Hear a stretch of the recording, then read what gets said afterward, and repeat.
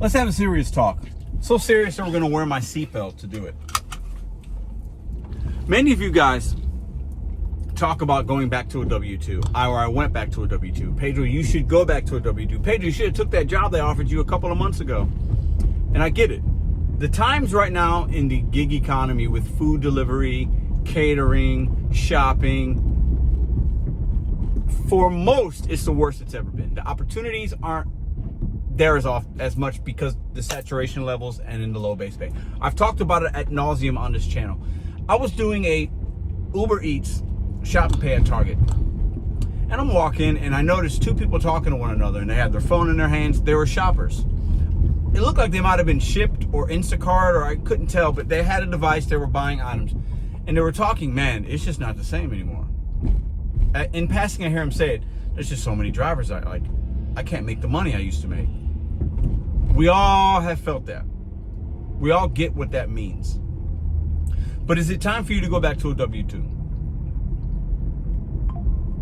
There are a lot of benefits to that. Some of you can't go back for whatever reason. You don't want to go back. You don't like to have a manager. You don't want a name tag. You don't want a schedule. You don't want this. You don't want that. You want to be an independent contractor. Yay! I get it. I'm still doing it. I get it. There is some power and freedom in it. However, are our egos and pride getting in the way of actually making money and having longevity and protections and benefits and things for our families or even just for yourself? When I was watching that Deliver That Live yesterday, it was made very evident to me by the CEO, the people there, like, you know, they're telling us they care, but they have a business to run. They're going to think about their business before you and I. And that's somebody that actually has a channel that's engaging. So if you look at the other ones that don't have channels, the bigger ones that don't, they care even less about you and what your goals are. Their goal is to their shareholders and their bonuses and their profits and their market share. You are easily replaced. Now, in some W-2s, that can be true as well, but not as easy. Not as easy. Not quite as easily are you replaced. Is it time to go back to a W-2? I lost the Spark Driver app for now.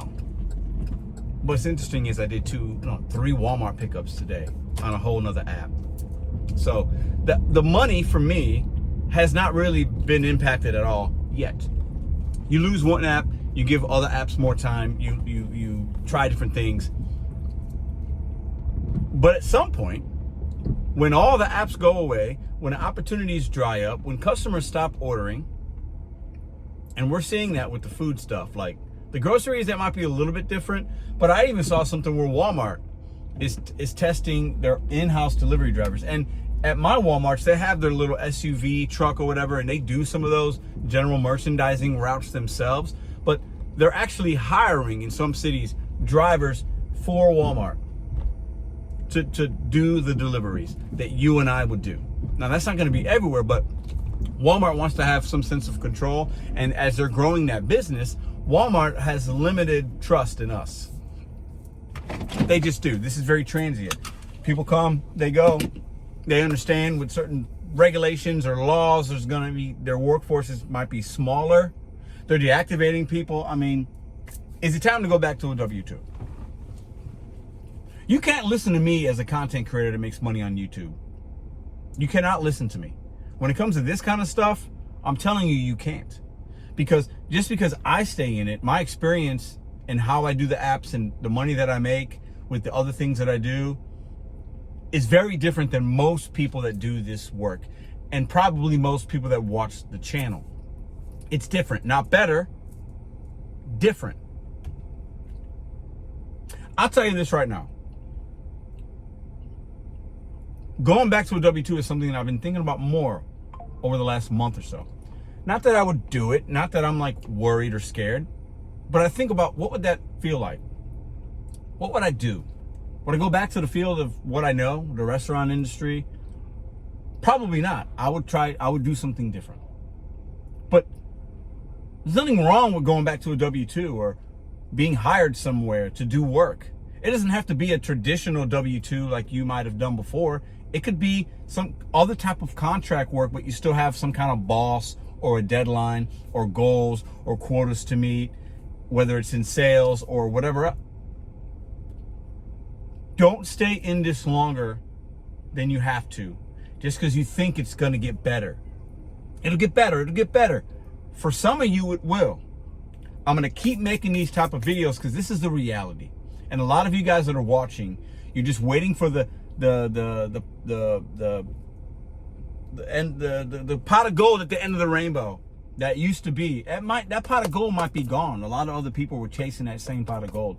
You might need to go to a different rainbow. You might need to go to a whole nother field, a whole nother whatever, because going back to a W-2 or trying something different that offers you more long-term stability is not necessarily a bad thing. And don't look at that as a loss. Don't look, oh, I bet on myself and it didn't work. Okay, try something else. We have to take care of ourselves here. And most of us are one car pair away from being in a really bad spot. Really bad. I've seen it. I've known people personally that their automobile has gone down and they had a really rough month or two after that. Really bad. And that can happen if you have different kind of work. But when you use your automobile, my car was just in the shop for 2 days.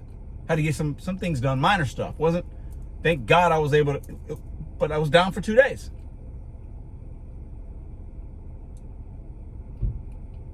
It can happen at any time. But when you put your keys in the ignition, how many of y'all are praying that the car starts and that you don't have no check engine lights on? I bet there's a handful of y'all like that. We are working for companies and using our time and our vehicle and our fuel, and we're getting nothing in return besides $5 or $6 at a time sometimes.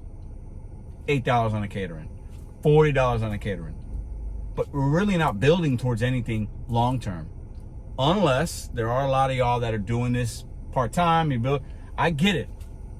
But most aren't. We're hamsters on a wheel. Is it time to go back to a W-2? Is it time to rethink the current gig state and what you're doing and how long you're going to do it?